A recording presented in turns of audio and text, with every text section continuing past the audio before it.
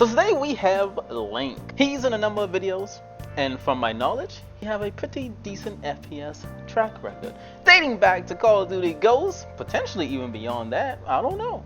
He was a top 200 player in it, a top player in Destiny 1, and specifically in Zone Control, shining up to number 5. Link's the kind of guy that tends to use his brain to try to get strategic advantages or even set up plans and traps for his opponents as well. It's like some unique build bullshit. Like he was like one of the only goldies in D1 using like golden gun and sweats, which anyone that played Destiny, golden gun and sweats wasn't exactly the best thing to do. Don't you crash my baby. It is what it is. Whether it's on purpose or not, he also finds himself gravitating towards more of the non-meta things and dominating with that. So he should have a very interesting perspective being a finals player now for about a year plus now.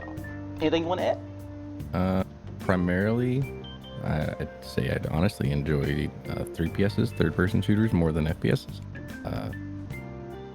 But he's absolutely on point. I like the tactical style gameplay. That just usually comes more with third-person shooters, but I feel like Finals does a really good balance of kind of incorporating tactic into like the FPS aggression usual. So But yeah, before we get started, if there's any remarks, comments, or questions that you may have for Link at any point, feel free to leave them in the comments below and he'll maybe get back to you. But without further ado, I'm in there all the time. He really is. Let's get straight into the video. Question numero uno. I don't believe you played the Finals beta, but I do know you started playing about a week or two after the game first dropped. And for those that don't know, the game released on December 7th of 2023. Why did you decide to start playing the game, and why have you stuck with it for so long?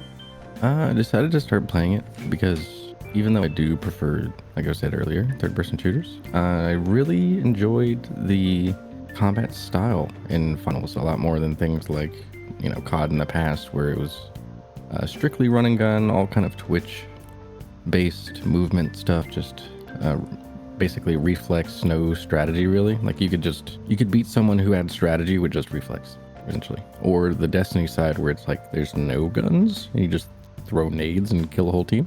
Where I feel like you actually make builds with like synergies in Finals, and the sandbox in general just kind of like meshes with the synergies that you can come up with, and it leads to a lot of interesting play styles, and just different players can play the game completely differently. You like the overall uniqueness then? You like the variety? Yeah. Different play styles clashing. I dig it. I could probably honestly agree with that. It's just, you can play this game in so many different ways. You know, one day I could be playing like a DMAT medium and just like be pestering from like through walls essentially, and just treat walls as if they don't exist. Or the next day I could be on hammer and quite literally make the walls not exist. So just, you know, different takes in the sandbox. The sandbox just, I think the game mode and the actual action itself tends a lot of its success to the sandbox. Now this was a kind of an odd question, but question numero dos. For starters, do you have any experience in the Battlefield genre? And if you do, does Finals bring any homage that you notice or appreciate at all? Or homage, rather? I kind of hear this a lot. I think the only similarity is just blow shit up, lol.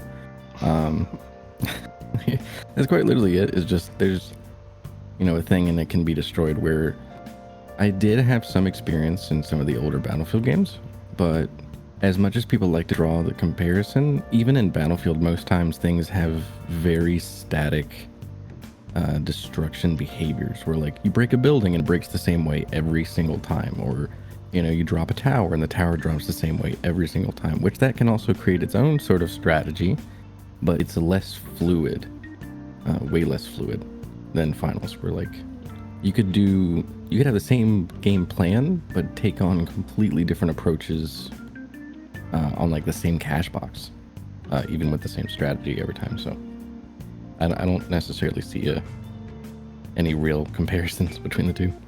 Yeah, my only Battlefield experience was Hardpoint, and I probably have less than 20 hours in that, so I don't know. I just take the word of everyone else about it. Question numero tres. Now, this is something I've been seeing talked about more frequently these days, and it's regarding new players and the matchmaking. The matchmaking is non-existent, where basically anyone can match with anyone. They dabble with skill-based matchmaking in the past, I believe in season 3, I think, pretty sure season 3, for about a week. That particular skill-based matchmaking thing they did was reverted pretty quickly. What do you think about matchmaking? And do you think they should add a separate matchmaking for new players? See, this is honestly one thing that it really depends, because a lot of games do this differently, where a lot of games will have like matchmaking explicitly for new players, or you queue up online PvP and you're quite literally fighting bots for like 10 games straight. Like Overwatch does that or something. When games do that and also have skill-based matchmaking, I think it's probably the most unhealthy thing that you can do for new players, because it's a lot easier to beat a bot than it is a person. So when the game kind of sees you excelling beating bots as a new player, and it immediately thinks it knows where to place you in the skill-based matchmaking, your first game with people, you get fucking ran. And new players don't necessarily like that when they feel like they're playing well and then suddenly they're getting shit on for like 30 games straight. So I personally prefer for no new player matchmaking, or like bot-based new player matchmaking, especially in a game like the finals, where there is a quick play mode that is quite literally quick play. It just finds people and it doesn't care who, so queue times are lower, connections are a lot more secure because you're actually grabbing the highest priority connection people, which is nice. So I personally think the finals is doing really good on matchmaking. I've seen a couple of like people suggest that, oh, they could keep the matchmaking but make it with like, if you're below the level of 20, you only match people below 20 or something.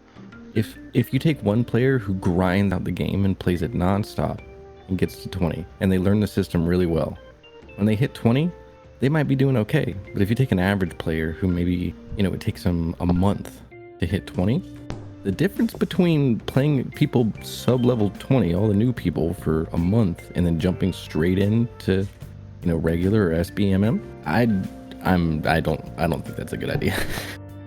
I'm interested to see what ends up happening later, because again, this is something that's been talked about a little bit here and there, but I feel like this season specifically has been ramped up a lot, with the matchmaking being a very big focal point. So I'm intrigued to see what ends up happening. Hopefully we don't have a Destiny 1 situation. Yeah. Taken King, you know what I'm talking about. You played TTK, it was fun for a little bit, and then everything changed. And then the Fire Nation attacked. Question cuatro. As someone who's played the finals for a while now, what are your fondest memories playing the game so far? My fondest memories so far. Man, that is actually kind of a tough question. I think honestly, if I have to boil it down, I think my fondest memories of the game so far, there's two takes that I would make on this. One side would be just the wacky shit that you can do in the sandbox. Like, I don't know if you guys have seen V's video yet, where he's like standing on a crane and he's like, what if I put C4 right here and then I just wait and get like 2 kills, lol. And then 5 seconds later he does, and the whole crane like comes crashing down on him as he lands on a roof. Like, you can't do that in any other game. Like, the wacky stuff that you can just experience in finals that you can't in others, like any red missile nuke players from back in the day. Bring back nukes. Oh dear. Not permanent, as a mode maybe. But like, it's even on the other side, like seasonally, the game has evolved so much where even from season to season at some points you feel like you're just playing a totally different game with, almost entirely different play styles, like on a seasonal basis. Like whenever they nerfed mesh, like I know a lot of heavies weren't happy about it, but it completely shook up the game. Like everyone just immediately started playing different with such a small, and I guess, and if you isolate it, it's not a small change, but in the grand scheme of the entire game, like that's one thing And one small change like that can just completely shake up the way everyone plays. And I just think that's probably my most fond, is experiencing it in different ways. For those that's curious, I will link the short that he's mentioning in the description. Oh yeah.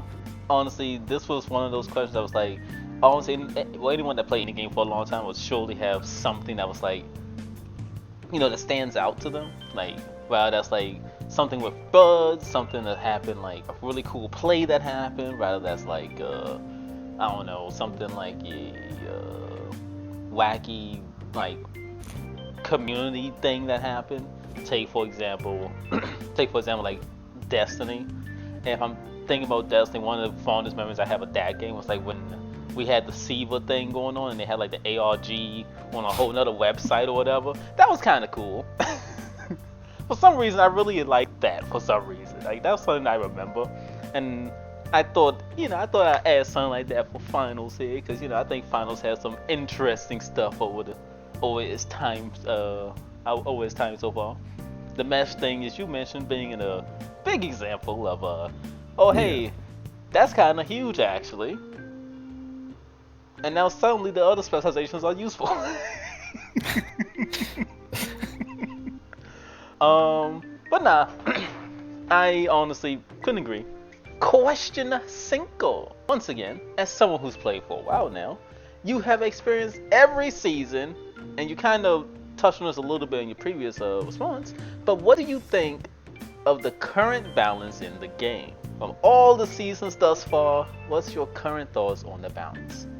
I think the current balance is really good. I think the only thing that I would like to see to stabilize the game a little bit more would be giving more utility-based tools, even whether it be like sharing across different classes, or just implementing new ones that can kind of help in.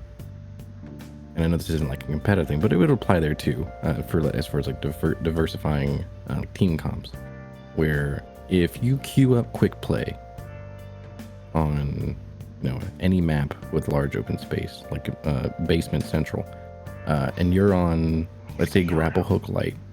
Yeah, Kyoto. It's just a bunch of basements. Every cash out goes into a basement unless it's floating platforms.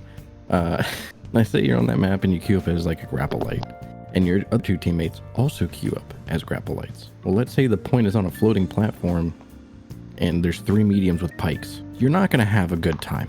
Your team's not going to have a good time. And I know Invis Bomb especially just kind of lost some value, just because it's just not nearly as good as standard Invis. But I think just kind of giving some more tools to better the, more strategic options and tech options for kind of navigating maps. More movement items in general would be nice, because I feel like the majority of the movement items that we have right now are, almost like mandatory, to be honest. Where I think if we had some additional movement options, it might allow for more kind of diverse playstyles. And if every medium wasn't running a combination of jump pad, zip, or both, or one of those, and they had maybe a third option that could do something different, or if heavy's got a movement option that wasn't grav lift, because or if there was something else on light other than TPs, just some additional movement options, especially for the larger maps. If you're on Lash Cash Box and you spawn 260 meters away and there's 30 seconds left, you might as well AFK. You might as well. So I think some different movement options, I think, is probably all the game could really use right now. Outside of that, there are a couple weapons I would like to see changed. Model in particular. I'm not even like a big model dude. I used it for a season, but like, it just doesn't make sense. So like, if you're using the flip model, you shoot and then flip it to ready the next shell. But the flip to ready the shell is quite literally the ready animation. So like, it makes no sense why you shoot and melee and then you flip it like you're readying a shell, but then you have to do it again. From a usability standpoint, it just feels really shitty to use. Even if you lower the damage again or something, like, it just feels terrible to use. I find it funny that our CQC options right now are slowly getting worse at excelling at CQC outside of Serbi, which just one-shots lights, and that's why people like it. Like, I remember, like, you know, we fought a few heavies that were really good with, like, winch SA-12. And now I feel like even if I had, like, an F-car, which for those who don't know me, I'm much better with single-shot weapons and full-auto weapons. I feel like if I have an F-car, I can 1v1 a model or an SA-12 winch. Just because if they go for the melee, I win. Or, you know, if I get winched, cool, I'll just slide behind them and then keep going in that direction until I hit 10 meters and then turn around and shoot. I don't know. I would like to see that change, just ban sniper in the modes that they thought it was a problem and remove bullet travel, mostly for the connection sake. There's some games where like like you can watch it hit and it's not hitting, but it could also be like just a general ping issue, which I think the servers have had some general ping issues. But melees could probably use a slight buff. I think like a 5 to 10% movement speed increase on melee weapons would be good, especially if they want to keep the sword the way it is now. I think just giving it more movement would be pretty useful. But it'd also be helpful in those situations of like, if you're using a melee weapon, like say you're a spear heavy, you're using a melee weapon, just about every class can just hip fire and backpedal and you'll never reach them. You can sprint at them, you'll never reach them. I think just giving some more, you know, especially if we keep the shotties where they are and they penalize you for using melees, I think just improving the melee weapons to be that oppressive, like in your face class or a kind of playstyle could also be really good. Outside of maybe Riot Shield shouldn't have a movement speed increase. I could probably say Riot Shield probably shouldn't have a movement speed increase. That just sounds pretty toxic. So maybe not Riot Shield. Yeah, I think outside of that, it's pretty good. XP is still more of a sniper than an SMG, but that's neither here nor there. Yeah, outside of that, I think the balance is pretty good. I do think a movement speed on melee weapons would be interesting, depending on how it gets done. I would be I'd be willing to humor that idea, to be honest. I think if they did it only while not attacking. So they give you a movement speed increase while you're just wielding the weapon, but if you go for melee, then it slows you back down. That way it punishes you for missing, because then they can gain distance again, and you have to close the gap a second time.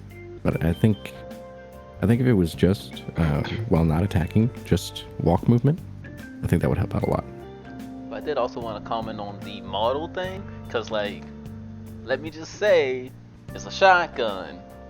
You want to be close, but you can't. Why is it shotgun worse than melee, XP close range? But you can't Why is it worse than shotgun XP? melee, because like if you do, you can't shoot again for like an extra like couple of seconds, and like that's essentially a TTK loss. Which IMO, the shotties are probably there to assist with dealing with lights, especially Serbia right now. Like I feel like that's their main priority, is just dealing with the sneaky bitches that get in. But it feels really shitty for Moto to just get out TTK'd by just about anything. Like, it's interesting. Like, my main gripe with that, again, is just that I feel like I can't shotgun melee, even though it's a CQC weapon. I can't combine my elbow in CQC, because if I do, it stops me from reloading. That's my issue with it, but you know, maybe that's just especially me. Too from like, with that one change, they effectively have set themselves up for, in the future, any weapon that has an animation on reload or to ready next shot, even if it functions exactly the same, like let's say for example they put in a second pike, same damage, same range, same everything, but you had to work the bolt and you couldn't melee between shots or else it would take twice as long. Pike's just better. Like I feel like that's the model Serbi situation right now, where like Serbi's still not exactly the best in all situations. Like heavies can probably bully you, but like you can use your elbow. Like, oh, I missed 2 pellets. Elbow. Like I haven't been playing medium too much lately, but I do still enjoy myself some Moto. I still play with Moto. It's still fun to use to me. I stopped elbowing people for the most part. It's still fun, but like it is kind of weird. Question numero says, so what do you think about the VR system in the finals? Since players that played a while, after you buy everything, they serve no purpose until either a new season or sometimes a new event is released and you can spend something on them, with them rather. Do you think it should be revamped, removed? if you don't think it is fine as it is, how would you go about making it better? See, that's actually a really difficult one because I understand why it's in the game right now, because it's essentially a gameplay extender. Sorry, that's Capri. Capri, you're okay. It's essentially a gameplay extender. Like people that hop on for the first time, you know, let's say it's the seasonal hoppers, the people that come in to play for the new stuff, and then maybe they don't play the second half of the season. That system is put in place for players like that, so it takes them longer to experience the full change. Like for the most recent patch we got a fuck ton of sites, new weapons, all this stuff. A new player coming in, or a returning player, if they could just have all that stuff right away, they would experience it and probably just, you know, stop playing within a few days if that was their intention, was just to experience the change. Whereas with the system in place now, if you bought a site because you couldn't inspect the site and see what it looked like before you bought it, and you realized I fucking hate this thing, you've essentially just extended your gameplay that many points before you can experience something else. I'm not sure that they could change it to give you any additional benefit for the coins. So to me, it would either be keep it as is or remove it. But again, removing it would just, you know, it would remove their gameplay extender that systems like that are kind of used for. But I don't think that they could do anything else with it currently anyway, unless they started adding like Overwatch gotcha boxes. Oh dear. Yeah, and please don't. Please, Yeah. God, don't. Yeah, like obviously this was like if anyone watched my the first video in this series where I asked new player questions, this was a point that's a lot of new players had issues with the VR system. Not many people tend to talk about it for experienced players as much as they do for new players, and I feel like experienced players also have a issue with could have an issue with just sitting on max VRS for literally however long. I mean, to me, like, if it bothers you, after you buy the new stuff from a season, pick a sticky note and put it on your monitor, and then GG's. There's no issue. Just so you don't see it. Yeah, GG's, no issue. Interesting. I mean, I'm just saying, like, if you don't think about it, self-solution. literally, like, would you rather them just like remove the cap and then just give you infinite? Because then you have the same problem. You're like, well, I've made it to 900,000. The only thing they could do with that is just to start a flex Reddit for, you know, VRS whales. So how much VRS you have? This is the true playtime. That's what I'm saying. No matter what they do with it, I don't think it's a good idea. Removing it would be bad for like a business decision. Removing the cap would do that same thing for people that play more extended time, but also like that's the only benefit. It would be an additional flex for players, which is completely unnecessary. And I don't think that they could give us anything else in exchange. I think if they do plan on doing something else and kind of removing the concerns people have with sitting on cap, is potentially just like giving us a rotating shop where you can buy items with those points. And in that way, that might incentivize people to like, oh, there's something in the rotating shop that I want. I should probably hop on and play this week. No, but. So similar to how, I don't know if Apex still does this, but similar to how Apex used to do with like I don't know if every week or every 2 weeks or some shit, but every so often there'll be a couple of alternate skin color stuff in the shop. Like for example, you might have like this yellow flatline skin, but then it might come back as like the same skin, but they change the colors around or something. You buy with the legend coins instead of like the Apex coins. So something like that. I could see that. Yep. I could see something like that. That would also be the lovely more free shit, but you know. Yeah. Which I mean, like, as much as people would enjoy having more free stuff, that's also like, we also have to bear in mind, like, that is more demand on devs. Yeah. That could be spent on like, actual gameplay stuff. Yeah. Like, don't get me wrong, I love my little Tamagotchi egg charm. Fucking love that thing. But like, I don't want somebody spending like 8 hours of their day coding another one. Especially with them wanting to improve the game in various ways. I imagine if they wanted to do something like that, like having like a separate shop with different alternate colors for the VRS, I imagine that would be a little bit less on their things to do list. Yeah. I think one thing that I've seen some games do with their currency that I think would be really cool, especially because they're already kind of backing stuff like this. Like they do the drip contest, or, you know, I don't know the official name, but they do like the contest for like people's outfits and stuff in the finals. You know, the customizations and stuff that they make. I think it'd be cool if we could have coat colors for skins, and you know, maybe not all of them that are intended to kind of look the way that they are. But like if you had a skin for a weapon, to be able to recolor it, because it wouldn't necessarily take a lot of demand from devs. Just go in and fucking select color, change color to, and then select new color. Like it wouldn't take very long. But to do that for all the skins, like each individual skin, because then that's a lot of fucking points that it would take to buy all those out. But it'd also give people more customization options and stuff that I think could also help with creating player diversity.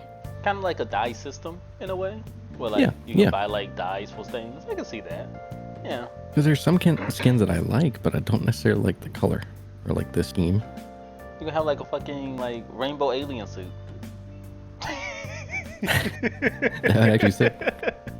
Actually sick. Question numero 7.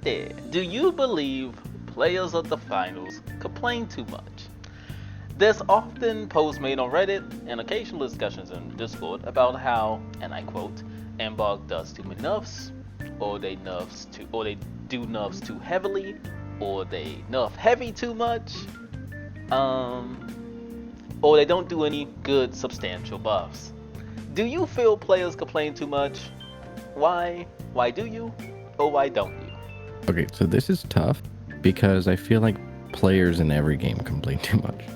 What I would say is I don't feel like they complain too much. I think any feedback for any project or game or, you know, anything is good feedback. You know, whether it be shared with anyone or, you know, unique individual feedback, I think all of it is good. I think the methods that people go about giving the feedback is pretty shitty sometimes. I'll just say that. I know V knows, but let's use Destiny for an example. Destiny made some balance changes. This actually happened multiple times, which is the really sad part. They made some creative balance changes, which people didn't like, and you know, some of which rightfully so. But then, you know, those devs, or even not the devs, just the community managers whose job is to literally only tell you what's happening, and it wasn't their decision, would get like death threats. Like, let's not be a piece of shit. Give your feedback. Let's not be a piece of shit. That's all I'll say. Constructive criticism is fine. Don't gotta cross the line though. You know, that's crossing a line. Crossing quite a few. Like that's insane. That's insane, especially the community. Just don't be a piece of managers. shit. Like, come on, they're just giving you the info. They're like the community managers are essentially the middleman, right? They're like the messenger. That's all they are. They're just there to tell you what's happening, and yet they're like, "I can't believe you did this. I'm gonna..." Like, no, calm down, dude. Like insane. But yeah, your gun got 2 meters less of range. Wah. But yeah, I agree. Like every community has their own fair share of people complaining and stuff. I can't say if I would say that this community complains more or less than any other one, but at least it seem to be on the level that Destiny had at that point. Yeah, no, we've seen worse. Yeah, not on that level, at least not yet, and hopefully it doesn't get there. Oh god. Hopefully that doesn't happen. Question numero 8. Speaking of nerfs, you probably knew this was coming. How do you feel about the recent sword nerf? Previously, for those who don't know, Link was featured in a video that we did on this channel where me and Delvon tried to 2v1 him sword only. At the time, he was a quote-unquote sword master. So, naturally, how do you feel about the sword nerf? I understand why they made the change, but I feel like it's falling into some of the holes that some of the weapons are falling into that we kind of briefly went over in the balancing part, where it's, if you're going to change something that drastically, it needs to have an identity still. Whereas before, like, the sword's identity was high movement efficient kills. Where now it's like high movement. That's just it. So like, if they wanted to have that identity, keep the movement the way it is, because they had nerfed the movement before, and then they they put it back because they were like, okay, this feels like shit to play. If that's how they want it to be, they need to buff the movement somehow. They need to, give you more speed, like I was talking about before with melee weapons. Give you more speed, or change the lunge to be even further. Just something to kind of lean into its identity more. Because right now, like, you just die. Like, if you die to a sword now after the nerf, like, I'm sorry, just hit him. Just hit him. It takes so long to kill mediums with it when, like, you could bait. Actually, I think you can still. Can't you still one tap just one shell with a sawn off? Yeah. With a double. Why not just use that now?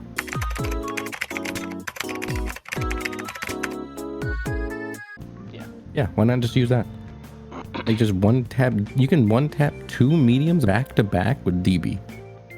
Or you could whack them 7 times. From the same range. And the bonus is you get to do every now and then, if you wait for a second, you can lunge a little bit. Like, I don't know. It needs more of an identity. Question nueve. What do you think Embark should do going forward for the overall health of the game? Kind of touched on this a little bit. There's been discussions about how some players would have rather we not even get a new map, even though this was a reskin, and instead they focus more on server stability, balance, and other quality of life related things. What do you think they should do? I think for anyone saying that they need to prioritize the balance as their #1 priority, that's not how you build a live service game, and especially not a free one. The balance, especially for the way it is now, if the balance was complete shit, absolutely, right? Focus on the balance, get it playable. But the balance is actually pretty diverse. There's just a couple outliers, but it's pretty diverse. I don't think the balance should be their #1 priority. I think the way that they're doing it with kind of the micro changes, again, because tiny changes make a huge fucking difference in this game. I think that strategy they're taking is probably the healthiest for the state of the game as a whole. If they were to do more drastic changes, it already feels like a different game with, like, reducing mesh health or, adding timers between activating mesh. It already feels like a totally different game. If they completely overhaul like 7 things, we'd be fucking lost. It'd be a shit show for like 2 weeks while people just figured it out, which to some people is fun. I'm one of those people, but also, like, I get on the finals to play the finals. I don't get on the finals to figure out what the fuck I'm playing and then 2 weeks later play the finals. It's a good game. I think the way they're doing it is fine. I think for players who have an issue with the balance currently, if we solved the other issue of people actually giving better verbalized feedback and not just like sounding like a 2-year-old, they could probably make some more sound decisions based on the community. But as of right now, like, if you get on there and you just cuss somebody out, how the fuck are they going to take that feedback, right? It's hard to have a constructive conversation when you're going crazy over nothing. It's a free video game. Last but not least, as we do on every single one of these so far, question Diaz. Would you consider yourself a competitive or a casual gamer? Which do you lean more to, and why? I think it depends on the experience. There's some games I'll take casually, because I can tell it's a casual experience. Like, for me, I've always been more competitively oriented. Like, I want to do well, I want to win, I want to get better. But I hate to do it again, but let's take Destiny, for example. It was a game that, for me, was hard to take seriously because it felt like such a shit show all the time. And the game just ran like shit. Like, you could just... There have been multiple occasions where one patch has completely ruined the state of PvP. And I won't even say how frequent of a basis that happened, but, like, if finals did the same changes, people couldn't take it seriously. Tournaments would be dead. So finals, I feel like I take more of a competitive stance on. But for me, yeah, it absolutely depends on the environment. If it's still fun, but I can tell from a competitive standpoint, it's less skill and more, let's even say like luck or reliability of the servers. Because some games are fun, but the server stability is just fucking garbage. Situations like that, that's just a fun thing. Hop on, shit around. Don't really care about like improvement all that much. But I would say for finals specifically, more competitive.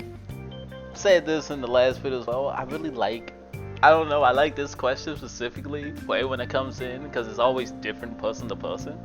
So, you know, it's intriguing hearing your response, hearing Delvaun's response, hearing Carl's response, hearing our next guest response. It's always intriguing hearing. Stay tuned for that one. And well, yeah, that's it for the video. Thanks for joining us here and indulging in these questions. Thanks for having me. This has been Link, a finals of veterans' thoughts on the game. If you have any other questions, comments, or anything at all, feel free to leave them below, and he, well, again, may respond. I'll see you soon. But without further ado, we bid you all adieu. Take care and peace. Bye bye.